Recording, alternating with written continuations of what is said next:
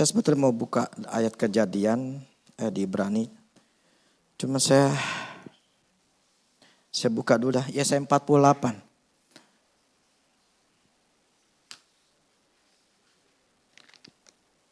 Ayat 17. Ayat 18. Sekiranya engkau memperhatikan perintah-perintahku. Di sini katakan apakah gini lah. Sekiranya engkau berdoa terus menerus kepadaku, maka damai sejahteramu akan seperti sungai yang tidak pernah kering. Siapa yang salah? Tertulis di situ enggak? Sekiranya engkau berdoa terus menerus.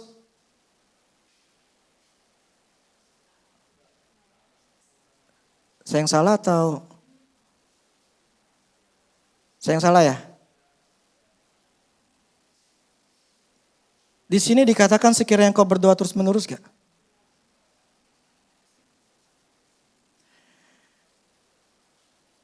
Sekiranya engkau memperhatikan perintah-perintahku, maka damai sejahteramu akan seperti sungai yang tidak pernah kering dan kebahagiaanmu akan terus berlimpah seperti gelombang-gelombang laut yang tidak pernah berhenti. Kita baca di ayat 17 ya. Kenapa Tuhan katakan memperhatikan perintah-perintahku? Di ayat 17 saya katakan begini.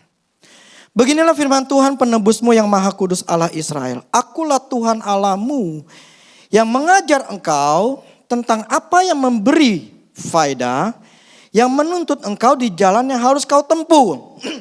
Jadi di ayat 17 ini Tuhan katakan, aku akan mengajar engkau tentang apa yang memberikan faedah, yang menuntun engkau di jalan yang harus kau tempuh.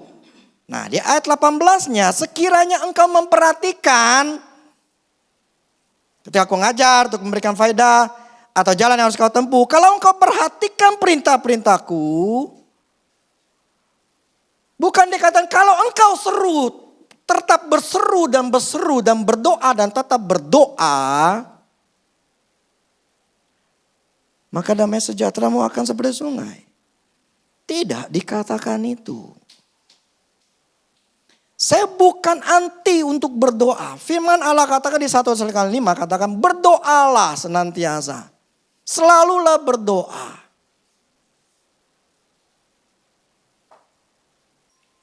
Tetapi tidak ada ayat yang mengatakan bahwa damai sejahtera, kebahagiaan itu gara-gara doa.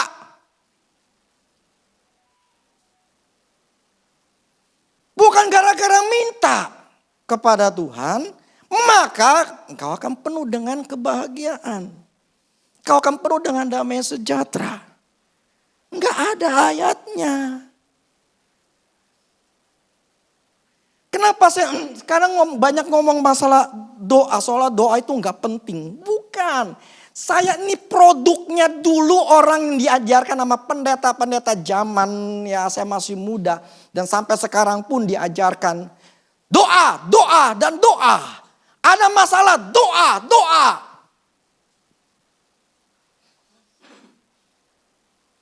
Tidak diajarkan, jadi fake. Jadi apa ya? Pejuang doa, bukan pejuang firman gitu loh.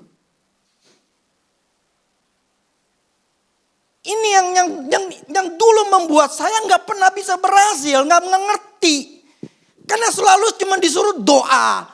Allah itu adalah sumber, Allah itu pokoknya doa aja, nanti pokoknya Allah memberikan waktunya untuk nolong kita. Jadi selalu otaknya adalah selalu minta. Diajarkan selalu berdoa itu adalah meminta dan meminta. Ketika ada masalah dengan suami, dengan istri, dengan kerjaan, dengan apapun juga, yang ada cuma doa. Minta Tuhan tolong ubahkan bos saya, kerjaan saya lagi begini, Tuhan tolong ubahkan istri saya, tolong ubahkan suami saya. Jadi berdoa meminta. That's the problemnya, kita orang Kristen diajarkan adalah itu. Ketika kita butuh sesuatu Tuhan saya minta. Jadi selalu orang Kristen itu adalah seorang peminta, seorang pengemis terus gitu di hadapan Tuhan. Pada di ayatnya ini lu mau bahagia. Perhatikan perintah-perintahku. Lakukan perintah-perintahku. Tidak dikatakan engkau berdoa 24 jam, engkau berdoa puasa 40 hari, maka engkau akan penuh dengan damai sejahtera. Terus apakah berdoa itu enggak boleh? Apa yang berdoa itu salah? Kagak. Cuman otaknya kita orang Kristen berdoa itu adalah tujuannya meminta. Yang seharusnya diubah cara berpikir kita, doa itu adalah bergaul sama Tuhan. Doa itu adalah ajang kita komunikasi sama Tuhan. Mencari kehendak Tuhan. Mengetahui apa yang Tuhan mau dalam hidup kita. Dan melakukan perintahnya. Itu adalah doa. Mari kemarin saya katakan. Saya tuh tidak doain anak saya tuh di Taiwan. Sama sekali saya nggak doain. Cuman hanya sekali lah pada waktu dia pergi. Tapi selebihnya saya nggak pernah doain lagi. Kok gitu sih orang tua nggak mau doain anak? Yang saya pentingin adalah dari kecil itu mengenai kebenaran demi kebenaran tanggung jawab. Jadi ketika di sana saya udah nggak takut gitu loh. Plus saya bicara sama mereka. Saya ngomong firman sama mereka. Karena jawabannya itu bukan doa. Jawabannya firman. Amin. Jawabannya itu firman. Firman yang merubah hidup kita. Bukan doa. Loh tadi firman katakan mintalah dan berdoalah. Itu firman di Markus 11. Minta dan berdoalah. Apa saja yang kamu doakan, apa yang kamu minta apa doakan. Percayalah bahwa kamu telah menerimanya. Maka hal itu akan diberikan kepadanya. Itu akan diberikan kepada kita kalau kita percaya. Kalau percaya, maka hal itu diberikan kepadamu. Jadi kita boleh minta apa aja. Tapi kalau ketika kita minta, kita percaya. Kalau kita selalu minta, berarti kita nggak percaya bahwa kita telah menerimanya. Makanya minta terus karena belum yakin bahwa sudah terima. Makanya tiap hari minta. Nah karena tiap hari minta itu membuktikan bahwa dia nggak terima. Makanya nggak terima. Itu saya dulu kayak begitu. Maka hidup saya tetap susah. Karena memang salah. Yang diajarin itu salah. Jadi ketika kita meminta sesuatu kepada Allah karena kebutuhan. Saya pun masih minta sama Tuhan. Tapi apa yang saya minta? Hikmat. Saya minta pengenalan akan Tuhan. Kemarin saya lagi beberapa hari ini masalah jiwa. Saya ini adalah orang yang saya bukan seorang pemarah. Saya bukan seorang pemarah. Tanya istri saya, tanya anak saya. Saya nggak pernah nuntut mereka atau marah-marah kepada mereka. Ketika mereka ada salah sekalipun, saya nggak ngamuk, saya nggak nuntut mereka. Kalian bisa tanya mereka. Saya bukan seorang pemarah. Saya bukan orang yang beremosi. Padahal saya sebetulnya orang emosian. Tapi waktu SMP dulu, saya belajar menguasai emosi saya itu pada waktu saya lagi ngerjain rangkaian elektronik gitu loh. Itu saya tuh ada salah, itu saya ngebanting. Wah! Saya ngebanting barang. Tapi lama-lama kan saya mikir lagi, gue bantingnya rusak gitu loh. Di situ saya berkuasai diri saya. Sehingga saya bukan jadi seorang pemarah. Tapi ketika berapa hari yang lalu, ketika saya ngerti gini, di dalam bisnis yang saya lakuin, itu butuh pengontrolan emosi. Saya nggak pemarah, nggak bisa ngontrol emosi. Saya tahu 90%, kalau saya bisa menguasai, karena ini bisnis ini 90% itu gara-gara emosi. Kalau saya bisa menguasai emosi, saya pasti untung. Dan saya tahu saya belum. Jadi saya ingat bahwa saya harus membereskan diri saya. Disitulah saya bertanya sama Roh Kudus. Gimana cara saya mengendalikan emosi saya? Karena saya tahu. Begini loh. Tidak ada kebenaran yang kita bisa terima tuh dengan mudah. Seperti sekarang ini masalah doa. Nanti saya lanjutin dah. Masalah doa. Saya ingin semua ngerti. Jangan menjadi orang Kristen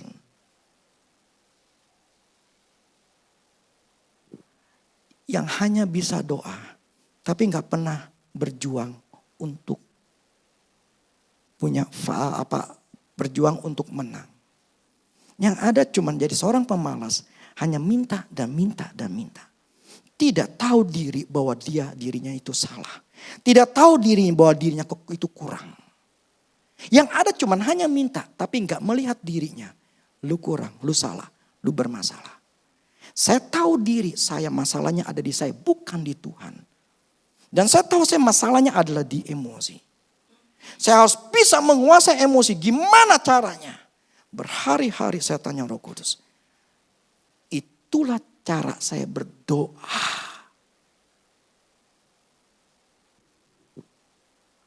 Karena firman itu mengatakan kalau engkau berdoa senantiasa, maka damai sejahteramu akan seperti sungai. Kagak. Kita boleh meminta sama Tuhan. Tidak adalah mintalah maka kau akan diberikan. Jadi ketika kita minta, jadi yang saya lakukan saya minta hikmat.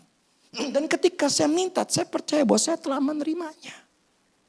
Saya tidak bawel sama Tuhan. Tiap hari minta gitu loh. Nah ini yang saya ingin ajarkan hari ini. Tadi saya awalnya nggak ngomong ini. Cuman saya harus apa ya? Gini loh. Coba saya buka dulu firmannya. Ibrani 11 ayat 4. Banyak orang Kristen itu ngandalin Tuhan untuk supaya Tuhan kerja, tetapi nggak melihat dirinya. Diri yang salah. Ibrani 11 ayat 4. Karena iman, Habel telah mempersembahkan kepada Allah korban yang lebih baik daripada korban Kain. Dengan jalan itu ia memperoleh kesaksian kepadanya bahwa ia benar. Karena Allah berkenan akan persembahannya itu. Dan karena iman yang masih berbicara sesudah ia mati.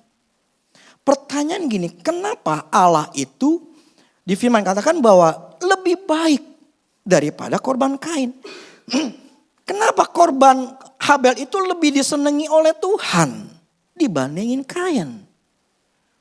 Berarti Allah ini suka membedakan dong.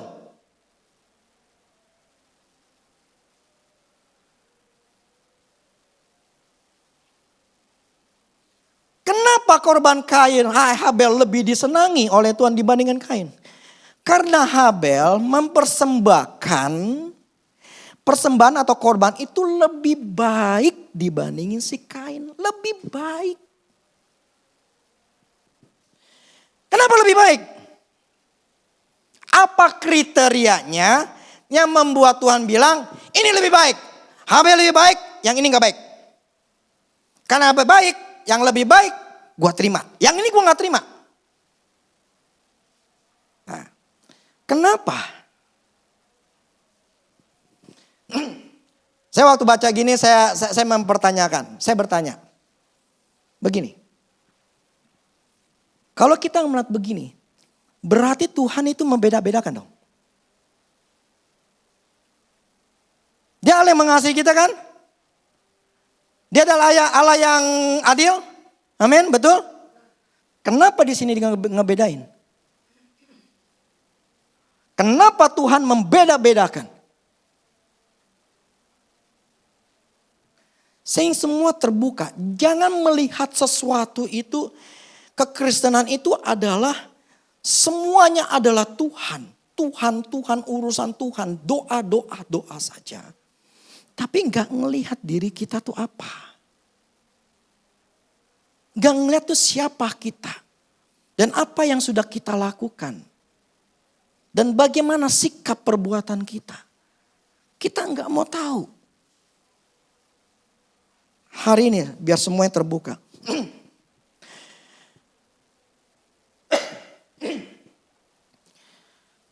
Kejadian 4 ayat 3 sampai 5. Setelah beberapa waktu lamanya, maka Kain mempersembahkan sebagian dari hasil tanah itu kepada Tuhan sebagai korban persembahan. Habel juga mempersembahkan korban persembahan dari anak sulung kambing dombanya, yakni lemak-lemaknya. Maka Tuhan mengindahkan Habel dan korban persembahannya itu. Tetapi Kain dan korban persembahannya tidak diindahkan. Lalu hati Kain menjadi panas dan mukanya muram.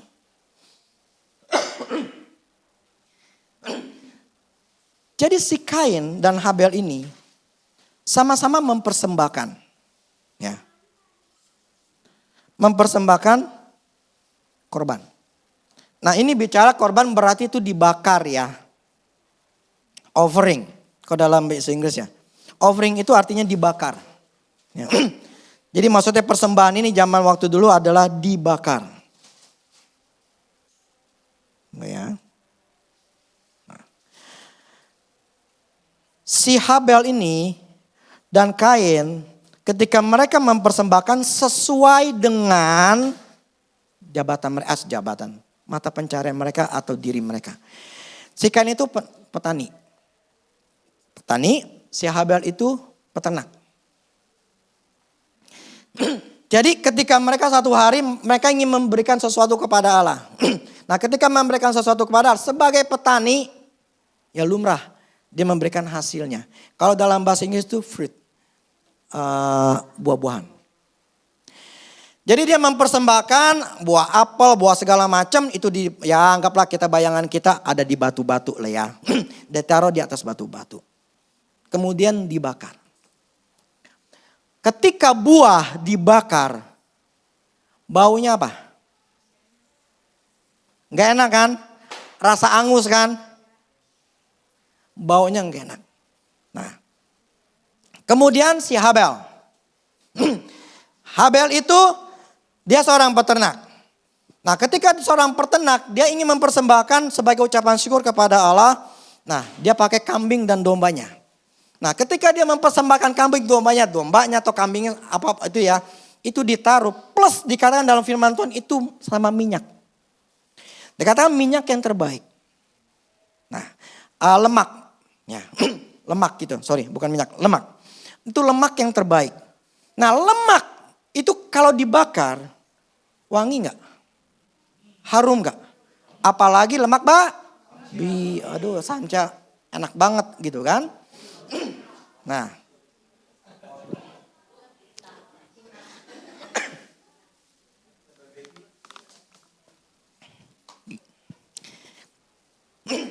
Jadi gini, ketika dibakar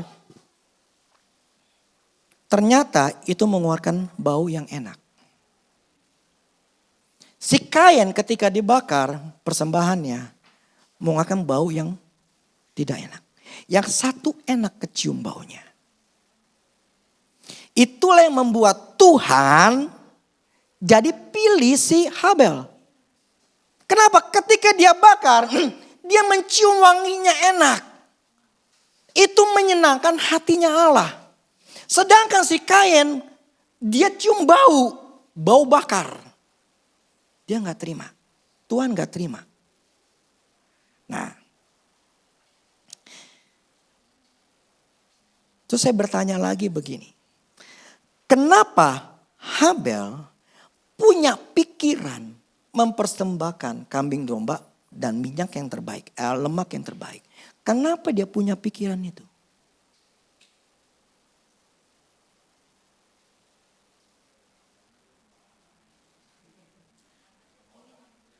Oke, karena dia punya ternak. Bukan masalah dia punya ternak. Kalau si Kain kan bisa juga. Gue beli ternak lu deh. Kita bargainin. Apa namanya? tuker. Tapi dia nggak lakuin. Habel, karena dia seorang peternak, dia makan daging. Mungkin gak sih Kain makan daging? Mungkin gak? Mungkin lah. Gak mungkin. Pasti dia makan daging. Tinggal dia beli sama si Habel kan. Nah Habel ketika dia masak atau melakukan untuk makan kambing dombanya. Dia tahu kalau makan atau pakai makan terus pakai lemaknya itu memang enak. Otak yang berpikir kalau itu aja lemak atau daging ini nyenengin gua. Demikian juga kalau gue lakuin buat korban buat Tuhan. Ini bisa nyenengin Tuhan. Otaknya tahu bagaimana cara menyenangkan hati Tuhan. Karena dia ngeliat kalau gue ngelakuin gini aja itu gue seneng. Makanya gue juga lakuin sama supaya bisa nyenengin Tuhan. Pikiran itulah yang membuat Tuhan ketika dia melihat ketika si Habel ngelakuin. Tuhan senang. Pertanyaannya ketika saya bertanya sama Tuhan gini. Tuhan, berarti engkau beda-bedain orang dong.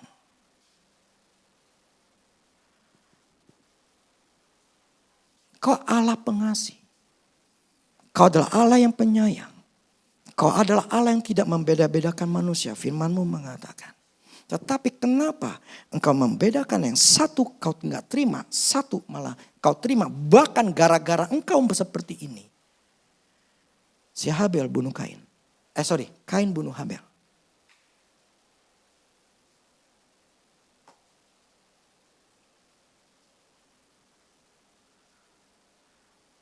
Dengan ini semua, ini loh maksud saya. Saya berdoa. Bukan minta Tuhan. Tapi minta pengertian ini. Tahu enggak? Ini mengubah saya. Cara berpikir saya dalam beberapa bulan ini. Sejak pokoknya dari Januari itu sangat banyak perubahan. Membuat saya melihat segala sesuatu jadi lebih dari sudut pandang yang lebih baik. Ketika saya bertanya gini. Saya bertanya sambil jalan waktu itu. Itu namanya bergaul. Jadi saya datang ke Tuhan tuh bukan minta-minta. Sama sekali gak minta-minta.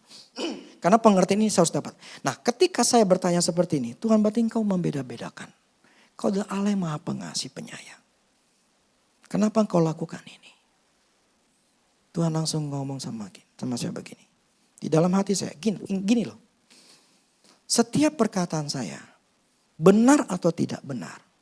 Semua dihakimi dengan firman. Nangkap ya.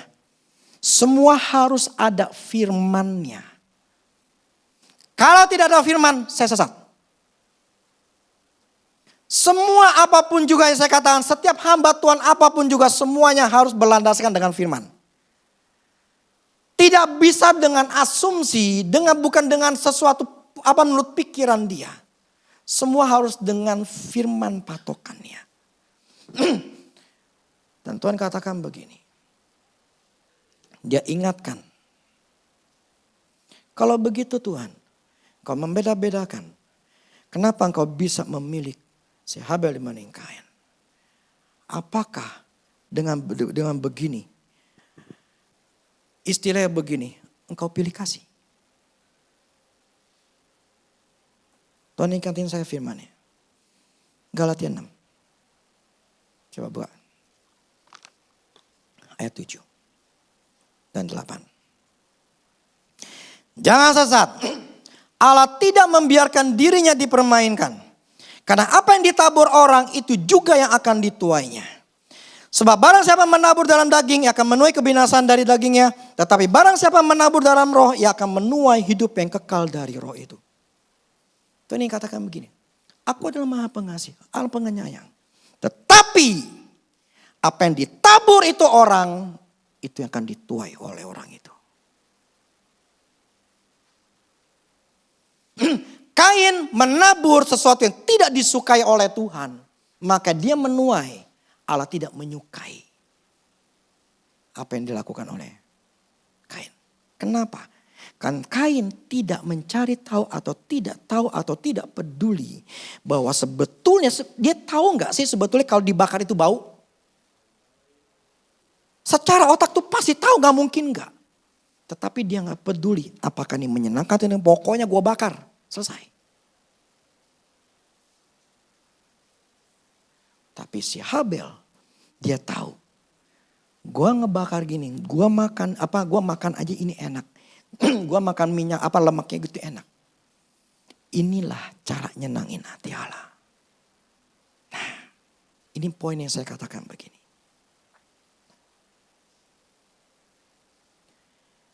Hidup kalian senang atau susah?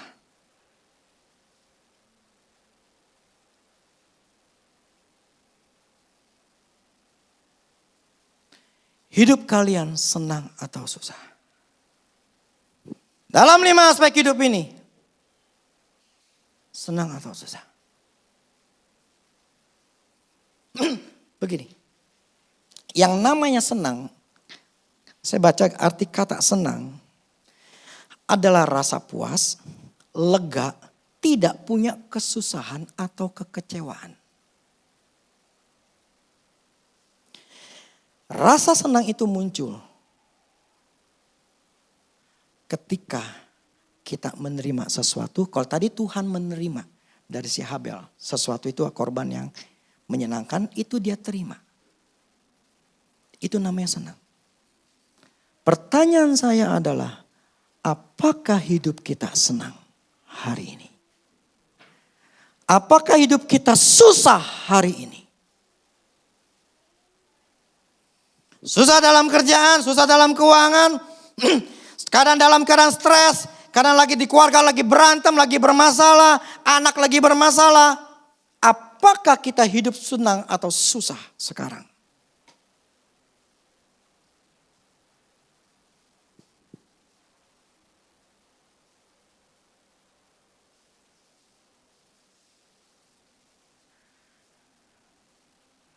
Begini, ini yang saya ingin katakan tadi. Ini bukan kalian doa.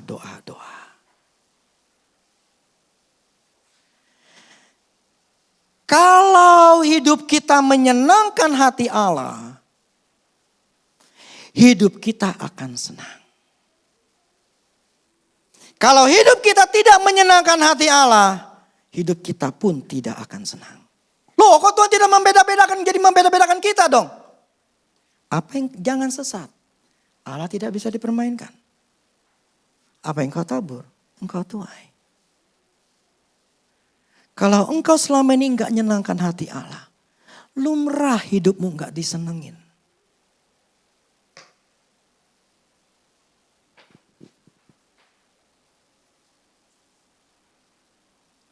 Saya ingin bicara fakta supaya kita semua ngerti memang hidupmu seperti apa. Tadi seperti kan saya emosi. Secara naturalnya saya tuh bukan seorang pemarah. Tetapi saya tahu diri saya bahwa saya punya masalah dengan emosi. Dengan cara seperti ini juga sama, saya ingin kasih ngegambaran ke muka kalian. Hidupmu senang atau susah?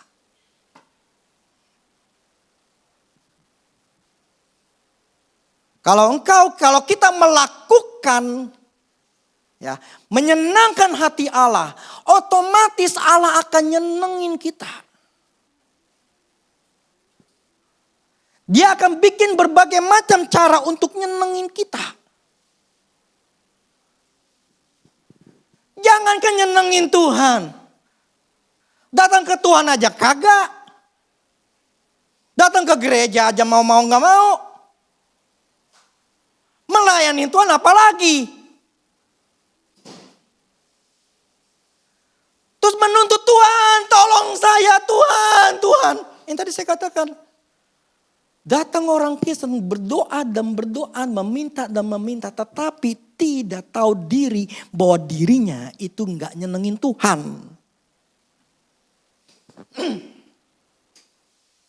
Itu problemnya orang Kristen. Selalu melihatnya ke Tuhan, selalu menuntut Tuhan, menuntut orang lain, menuntut suami, menuntut istri, menuntut bos, mengenai kerjaan, situasi, dituntut terus. Tapi gak pernah melihat dirinya.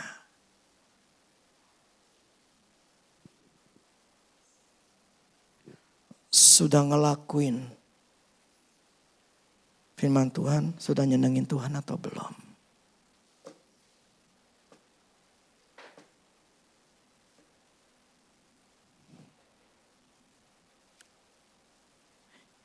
Inilah yang membuat banyak pengertian hamba-hamba Tuhan meninakbobokan orang-orang Kristen untuk selalu berdoa dan menuntut Tuhan supaya Tuhan jawab doaku. Tapi tidak melihat keadaan dirinya seperti apa.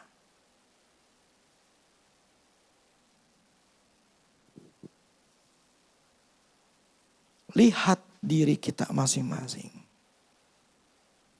Sudahkah kita hidup sekarang senang? Bukan berarti kita tidak punya masalah. Makanya kemarin saya katakan, minggu lalu saya katakan. Ketika orang itu berseru, Tuhan, Tuhan. Kenapa dia berteriak Tuhan, Tuhan? Karena ada masalah, ada badai hidup. Nah Tuhan gak katakan, ayo datang kepadaku dah, aku akan jaga engkau. Tapi Tuhan ngomong apa? Kalau engkau melakukan perintahku, itu adalah seperti orang yang ngebangun rumah dengan pondasi di atas batu. Ketika ada badai, ketika ada masalah, gak akan hancur. Tapi kalau engkau nggak ngelakuin, bukan kata kalau kau nggak berdoa, kagak. Tapi karena engkau tidak ngelakuin kebenaranku, maka ketika karena kau, arti gini, engkau tuh nggak ngebangun rumah dengan pondasi yang kuat. Jadi ketika ada badai, bang, hancur, berantakan. Jadi poinnya adalah bagaimana kita bisa menyenangkan hati Allah adalah dengan cara apa? Melakukan perintahnya. Bukan berdoa puasa selama 40 hari. Supaya terjadi perubahan dalam hidup. Kagak. Saya mengalami perubahan bukan karena doa puasa, kagak. Saya ketika saya minta hikmat, saya enggak berpuasa, kagak.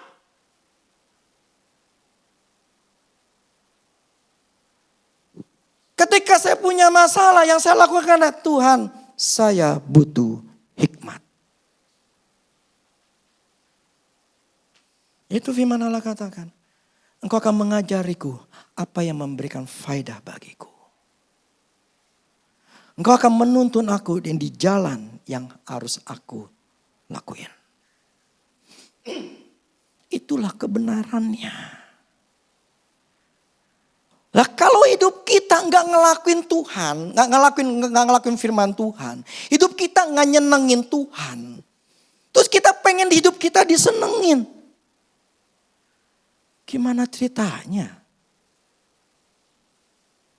Apa yang kita tabur kita akan tuai. Pertanyaan saya juga sama kalian, saya satu keluarga, suami istri dengan anak-anak saya. Hidup saya senang apa enggak? Apa yang kalian hidup saya senang enggak? Di dalam 5 aspek hidup saya sekarang ini, ada bermasalah enggak? Kalian lihat sendiri, kalian nilai sendiri.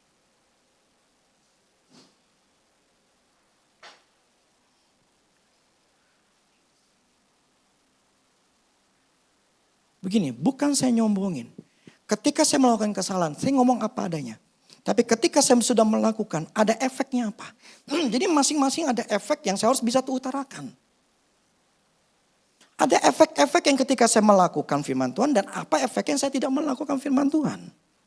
Saya udah jelaskan apa yang apa kesalahan saya dengan tujuan apa? Ini loh kesalahan saya ngelakuin, saya bermasalah. Tapi ketika saya melakukan kebenaran, ini loh saya hidup saya seperti ini. Kesenangan yang dari Tuhan itu bukan gratis. Terjadi dengan begitu saja. Kagak.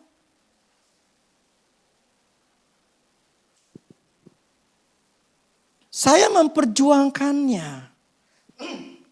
Bukan terjadi dengan sendirinya. Istilahnya urusan saya doang. Tapi gak ada urusan sama istri saya. Gak bisa. Dulu istri saya jelek. Sebagai istri yang jelek. Tapi dulu juga saya suami yang jelek. Dia jelek, saya jelek. Mana bisa diberkatin.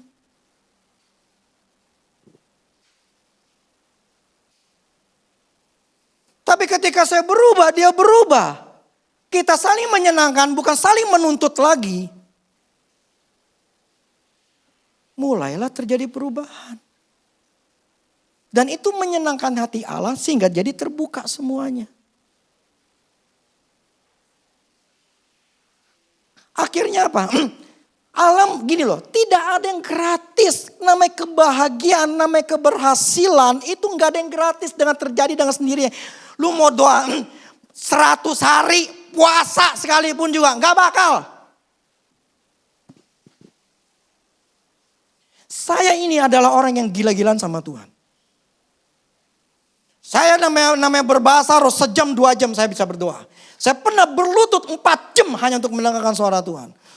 Saya cari orang khotbah di mana saya datengin. Saya tuh haus dan lapar sama Tuhan. Saya sungguh-sungguh sama Tuhan. Tapi poinnya bukan di situ. Karena saya nggak ngerti. Karena saya nggak tahu caranya. Karena saya bermasalah sama istri. Semua apa yang saya lakukan sepertinya itu sia-sia. Karena bukan saya haus dan lapar. Saya datang kemanapun gereja. Kemudian saya minta ditumpangin tangan. Sampai saya datang ke seorang hamba Tuhan, 2 orang hamba Tuhan. Pak Andreas namanya sama-sama Andreas. Saya ini kenapa? Saya ini kenapa? Saya ini kenapa? Saya ini susah. Saya ini susah. Saya ini susah. Gak ketemu jawabannya.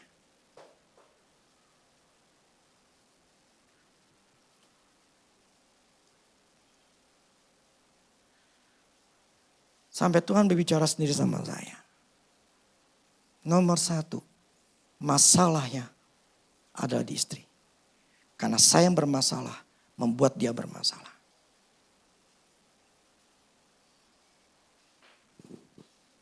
Selama itu saya gak pernah diberesin, selama itu saya tidak akan pernah berhasil. Puji Tuhan ya istri saya mau berubah. Dia gak nuntut saya.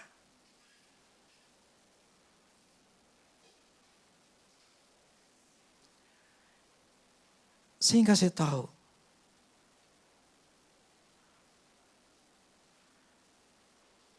Bagian kita apa? Kalau hidup kita mau disenengin sama Tuhan. Ya wong senengin Tuhan dulu. Jangan nuntut miskin Tuhan menjawab doa kita, kebahagiaan kita. Tapi kita gak pernah ngelakuin firman Tuhan.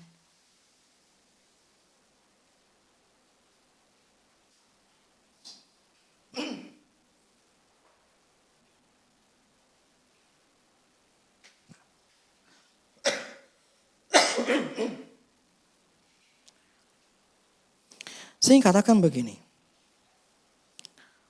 Dari A sampai Z dan di Ibrani itu. Kalau bahasa Indonesia itu berkenan. Tetapi kalau dalam bahasa Inggris itu please, menyenangkan atau membuat hati Allah itu senang. Jadi contoh Henok. Henok itu bergaul sama Allah. Nah ketika dia bergaul sama Allah. Pergaulannya itu menyenangkan hati Allah. Allah itu senang sama si Henok. Jadi firman Allah katakan gini. Akhirnya Henok itu diambil sama Tuhan ke sorga. Kenapa? Karena nih Henok nyenengin gua gitu loh kata Tuhan. Udahlah gua angkat aja ke sorga deh. Jadi semua mereka ini Abraham segala macam itu semuanya itu nyenengin Tuhan. Iman itu menunjukkan bukti. Iman itu gini loh, itu iman itu nouns. Noun itu kata benda. Kata benda yang tidak terlihat. Jadi iman itu adalah kata benda. Ketika kita percaya sama Tuhan, kemudian kita melakukannya. Jadi dasar dari segala sesuatu, iman kan dasar dari sesuatu yang kita harapkan. Kita tuh punya dasar firman Tuhan. Kemudian kita punya bukti. Bukti apa? Punya keyakinan. Walaupun nggak ngelihat tapi udah yakin. Gue pasti bisa. Jadi apa? Dia ngelakuin firman dulu. Dia punya iman, dia percaya. Nah ketika dia ngelakuin itu nyenengin Tuhan. Nah akibat nyenengin Tuhan, lu gue senengin kata Tuhan. Lah problemnya kita ini minta Tuhan jawab doa kita. Tapi kita nggak mau nyenengin Tuhan. Kita nggak peduli Tuhan itu seperti itu.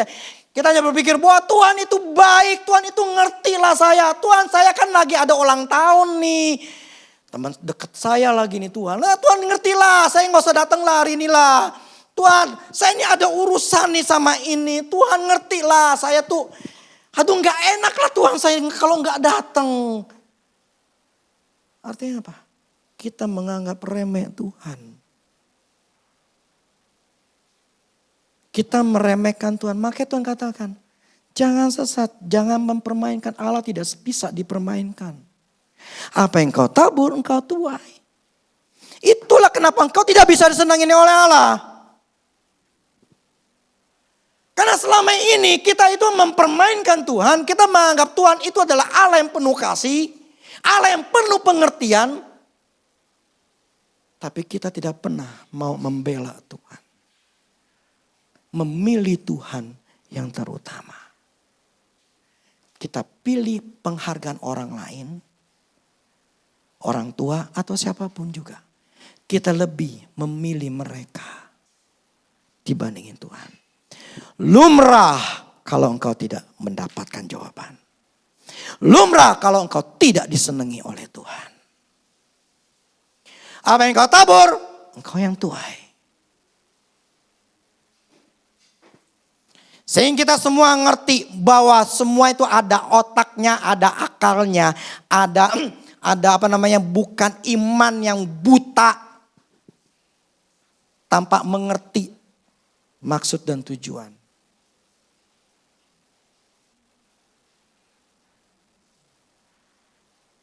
Saya belajar untuk selalu bisa nyenengin hati Tuhan. Kita berdua full. Artinya berusaha untuk bisa melayani Tuhan. Apapun yang terjadi kita tetap melayani Tuhan. Walaupun saya dulu susah, walaupun saya gak punya motor, gak punya mobil. Saya tetap melayani Tuhan. Banyak orang punya alasan gak punya mobil. Dulu saya anak tiga. Dulu sekarang gak masih punya. Itu pun saya tetap lakuin. Enggak ada saya punya alasan untuk cuti. Saya enggak punya ada alasan untuk Tuhan adalah ngerti lah saya kan lagi bermasalah nih. Tuhan saya enggak bisa khotbah nih. Saya lagi bermasalah sama istri saya nih. Tuhan aduh gimana saya lagi enggak enak nih. Tuhan ngerti lah saya enggak mungkin. Udah saya suruh orang lain aja lah Tuhan. Karena saya lagi bermasalah saya enggak enak. Saya tetap melayani Tuhan. Saya tetap mengasihi Tuhan. Firman Allah katakan gini, kalau engkau mengasihi aku, engkau akan menuruti segala perintah-perintahku. Kalau engkau memperhatikan, melakukan perintah-perintahku, maka damai sejahteramu, kebahagiaanmu, itu gak pernah kering. Lah problemnya, kita ngelakuin gak?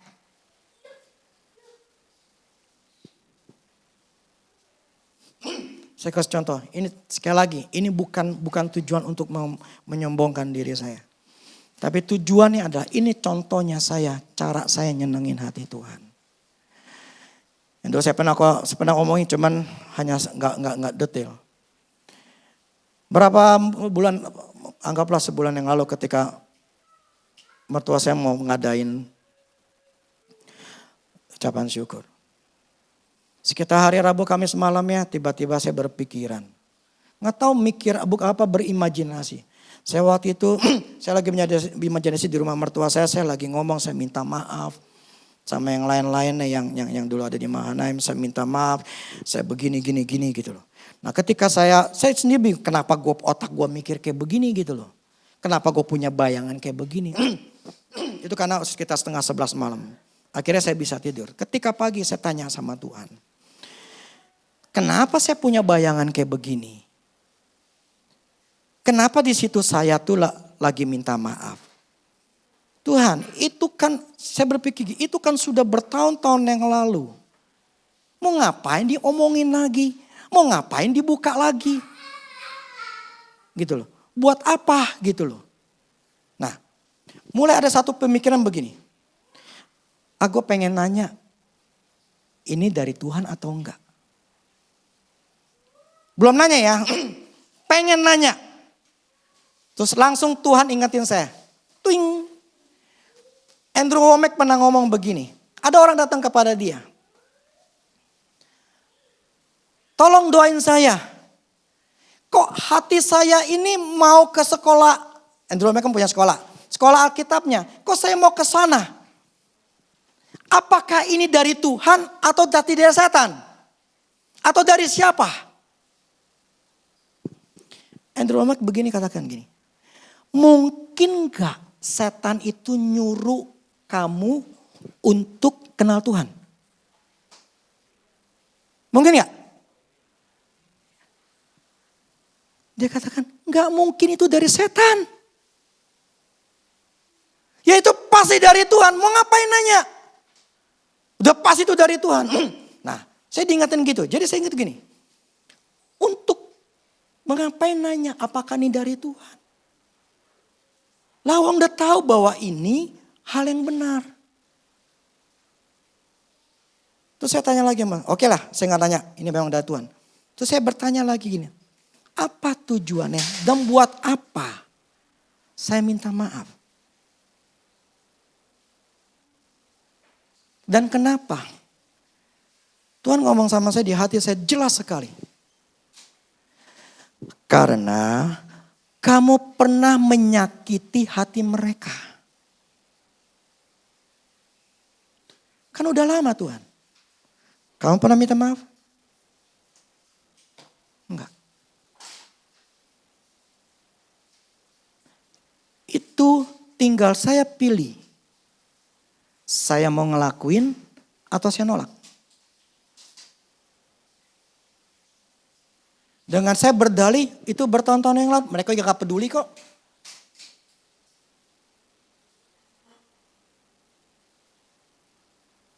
Tapi saya pilih untuk nyenengin hati Tuhan. Saya lakuin. Dengan prinsip juga, saya pengen bebas, saya gak mau ada apa-apa, saya ingin selesai. Ada hal-hal dalam hidup kita. Kalau kita ada pilihan, mau nyenengin Tuhan atau nyenengin diri sendiri atau nyenengin orang lain. Pilihan di kita. Saya memilih nyenengin Tuhan. Kita berdua sebagai kepala rumah, sebagai orang tua. Lebih baik saya memilih nyenengin Tuhan. Kenapa? Karena saya pengen hidup senang. Saya pengen hidup bahagia. Karena apa? Sumbernya itu Tuhan. Yang saya bingung kok banyak orang malah menjauh dari Tuhan. Yang saya bingung kenapa Tuhan itu diremehkan. Dianggap Tuhan itu ngertilah, saya lagi ada urusan, Tuhan ngertilah. Jadi Tuhan itu benar-benar gak dianggap. Yang saya bingung kenapa, dia kan itu sumbernya. Kenapa engkau gak datang ke sumbernya gitu loh. Kenapa engkau berusaha untuk selalu dekat dengan sumber airnya, kenapa? Saya bingung gitu loh. Tapi Tuhan pernah ngomong sama saya begini. Karena aku tidak kelihatan.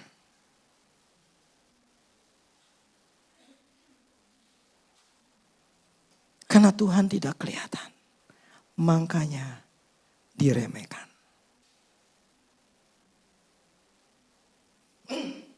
Terus kemarin saya ngomong begini. Kenapa orang gak mau berubah? Atau gak berubah? langsung muncul di hati saya, di mulut saya. Karena menganggap tidak penting.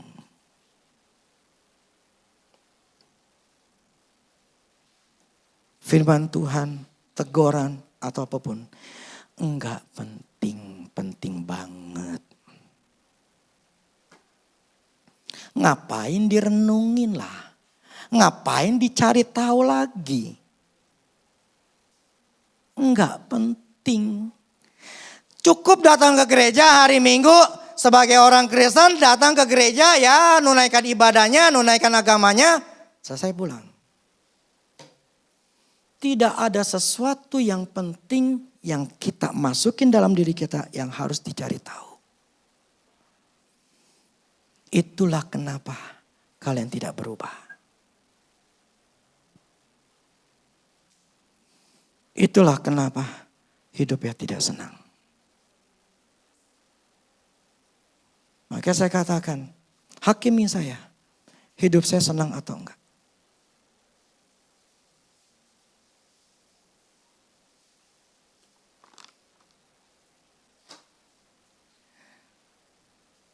Selama kita tidak menganggap firman Tuhan itu penting. Saya udah beberapa orang, ada seorang yang saya ngomongin berkali-kali, ada saya udah ngomongin. Apa yang menjadi masalahnya, apa yang jadi akar masalahnya. Tapi saya perhatikan, saya lihat tidak dilakuin. Ya sudah. Kenapa? Enggak penting. Enggak penting. Memang seperti ini. Enggak penting untuk dirubah. Enggak penting.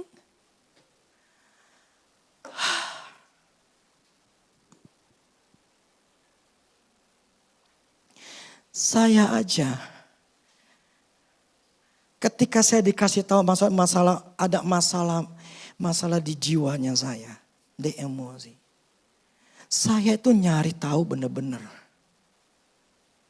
Karena saya tahu ini sangat penting banget. Kalau saya bisa selesaiin, saya akan berubah. Tapi kalau kita menganggap, ya udahlah. Kenapa gambar diri berhari-hari, berbulan-bulan saya ngomong. Saya tahu ada juga yang nggak datang, ada yang nggak nonton, ada yang nggak liatin, ada yang nggak peduli. Ya sudah gitu. Karena dianggap itu nggak penting.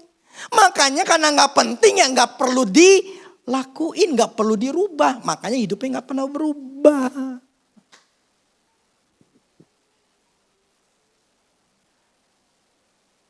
Terus nuntut Tuhan. Terus berdoa. Terus berdoa minta jawaban, minta diubahin. Yang nggak bakal terjadi apa-apa.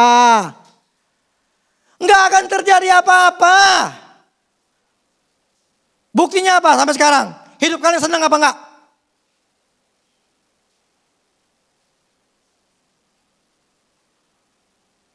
Banyak yang kalian tulis tuh khawatir. Itu menunjukkan ada kesusahan. Ada ketakutan.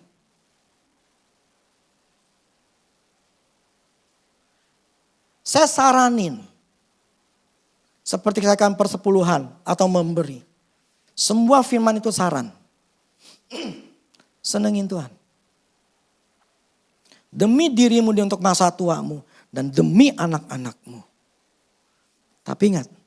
Tidak ada yang kekal. Saya bisa nyenengin Tuhan sampai sekarang. Tapi saya gak tahu tahun depan. Saya masih gak nyenengin Tuhan. Kalau saya masih nyenengin Tuhan. Saya akan tetap senang. Tapi ketika saya sudah berbalik dari Tuhan. Saya tidak nyenengin Tuhan. Saya terpaku teralihkan kepada dunia. Hidup saya akan ada masalah.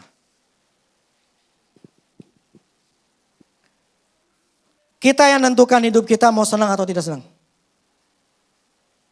Kita yang tentuin. Ingat, tadi seperti awal saya katakan. Tuhan, kenapa engkau adalah pengasih penyayang? Kau membeda-bedakan si Kain dan Habel. Gak fair dong. Justru Allah itu fair, adil. Apa yang dia tabur, dia tuai. Kalau engkau menabur kebaikan, menabur kesenangan buat Tuhan. hidupmu akan selalu disenengin oleh Tuhan. Amin.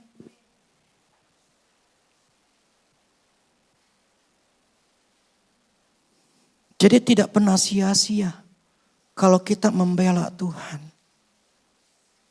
Yang namanya senang itu kita mendapatkan sesuatu loh. Itu namanya senang. Ketika kita menerima jawaban doa kita, akhirnya gue dapat, akhirnya gue punya. Tak punya apalah, arti kita senang. Tapi kalau selama ini kita belum dapat, berarti engkau belum nyenengin Tuhan. Karena selama ini Tuhan selalu disepelekan, dianggap remeh. Jangan sesat. Allah tidak mau dipermainkan. Apa yang ditabur orang, itu akan dituai oleh orang. Orang yang menabur kedagingan, dia akan menuai kehancuran. Kalau di Inggris itu kehancuran, destruction. Tapi orang yang menabur roh, dia akan menuai roh. Jadi saran saya, hiduplah untuk Tuhan. Belalah Tuhan Allahmu. Sampingkan yang lain. Untuk Tuhan Allahmu. Untuk keluargamu. Untuk anak-anakmu.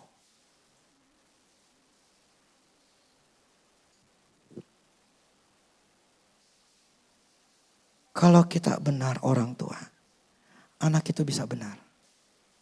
Kalau ngajarnya benar. Kalau kita nggak benar ngajarinnya, tetap aja itu anak jadinya jelek. Jadi saya memutuskan. Saya berdua dengan istri saya. Karena gak bisa sendiri. Untuk tetap melayani Tuhan. Tanpa alasan. Kita punya 1001 macam alasan kok. Punya. Gak apa-apa, gak masalah. Kalian mau punya ini, punya alasan gak masalah. Tuhan tetap sayang kita, tetap. Tapi ingat, jangan nuntut Tuhan untuk engkau disenengin. Tahu diri dikit gitu loh. Tahu diri dikit. Jadi jangan pernah kecewa sama Tuhan. Tuhan gak pernah salah. Tuhan gak pernah gagal. Makanya kadang-kala saya ucapin ngomongin ini tujuannya apa? Apa yang saya alami? Dengan tujuan apa? Firman memang benar. Saya sudah ngelakuin. Sampai sekarang hidup saya senang. Saya gak susah. Apalagi sih saya tiap hari pohon mulu.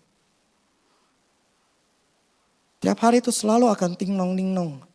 Selalu ada paket. Hidupnya senang. Kenapa? Karena dia memang menyenangin Tuhan dan menyenangin saya. Begini loh. Saya setikat aja deh ya. Yang butuh duit, laki sama perempuan, mana yang paling banyak? Hasil dari survei, 75% duit dunia ini tuh dihabiskan sama perempuan. 75%. Jadi perempuan itu adalah gudang duit.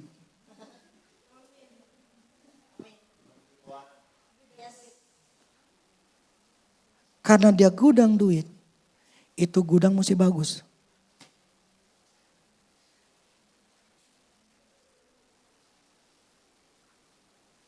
Gudangnya jelek, gak keluar tuh duit.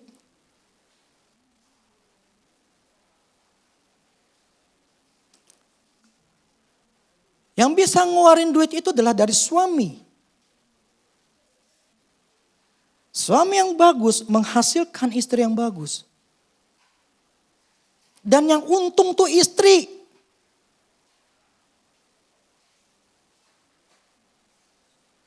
Jadi kalau hai istri, kalau pengen mau punya banyak duit, jadilah gudang yang bagus. Hai suami, kalau pengen istrimu bagus, jadi gudang duit, buat dia senang. Dua-duanya, gak bisa nuntut satu doang. Dan gak bisa saling menuntut satu sama lain. Gak mau, ya sudah nikmati hidupmu seperti itu. Gak peduli sama istri. Istri mau jelek kayak, gak punya baju kayak, mau apa, gue gak kepikirin. Yang penting gue dulu. Istri gak disenengin.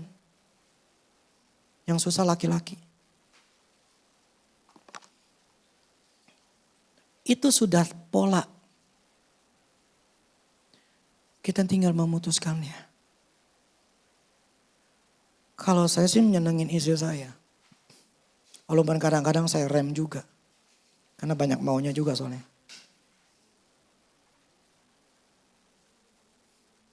Tapi prinsipnya itulah cara kerja Tuhan. Jadi saran saya. Kalau kita menyenangkan, kita akan disenengin.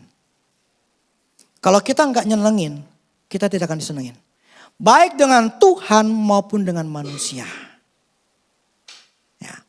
Dengan Tuhan kalau kita mau selalu senengin Tuhan, selalu mengutamakan Tuhan. Kita buang yang lain. Istilah ada orang yang mencobai kita supaya kita nggak ke gereja atau tidak mau melayani, kita buang itu semuanya.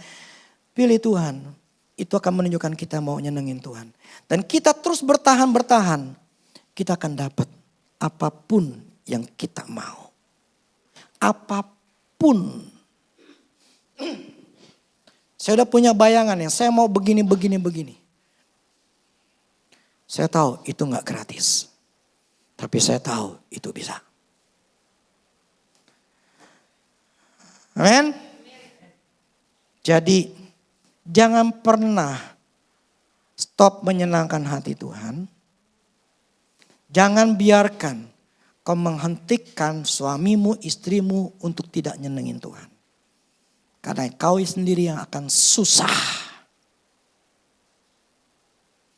Makanya kenapa saya anak-anak saya untuk mereka untuk melayani Tuhan. Karena itu nyenengin Tuhan. Ketika mereka nyenengin Tuhan, saya yakin banget mereka akan disenangin.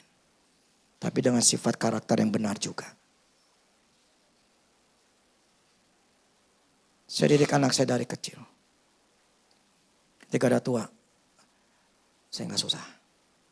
Saya ngajar anak cuma sampai kelas 5 SD. Sekitar kelas 5 lah. Selebihnya gak pernah lagi ngajar. Mereka berikan PR, kerja sendiri. Ada masanya. Sehingga saya gak pernah nuntut mereka. Dapat 7 ya, dapat 8, dapat 9. Kagak, gak pernah. Bagi saya, jangan jelek aja dah. Itu aja. Tapi memang selama ini bagus. Yang saya katakan begini bahwa tidak ada yang gratis. Semuanya harus ada usaha. Amin. Jadi jangan cuma hanya modal doa. Ya. Jangan cuma hanya modal doa. Tapi gak pernah ngelakuin bagiannya.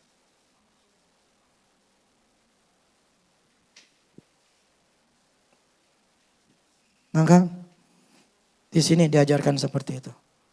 Bukan diajarkan, wah ketika ada badai yang mengenai kita. Entah itu kerjaan, entah itu di PHK, entah kena apapun juga. Oh Tuhan, biarlah badai ini berlalu. Justru kita mikir, waduh, gua kurang kuat. Gua ada salah, Tuhan di mana ya? Jadi bukan nangis. Enggak. Bukan merengek. Kalian bukan pejuang doa. Kalian adalah pejuang firman. Amin. Saya pejuang firman. Artinya kita melakukan firman Tuhan. Bukan berdoa tapi lakuin firman Tuhan. Pasti akan berubah. Ini yang saya lakuin. Saya pengen membangun sebuah rumah. Rumah dalam secara rohani. Yang harus besar. Yang harus kuat. Sampai tua sekalipun tidak akan pernah bermasalah. Tidak akan pernah bermasalah. Sekalipun ada badai, sekalipun bermasalah dalam dunia ini, gue tenang. Itu yang imajinasi saya buat. Dan saya harus bisa mencapai. Karena itu gak gratis. Jadi orang Kristen berjuang ya. Bukan jadi malas. Bukan jadi cemen. Ya, jangan jadi tukang cemen di rumah. Nangis mulu. Minta mulu. Memalukan. Anak Allah bukannya berjuang, malah jadi pengemis. Amen? Oke, yuk musik.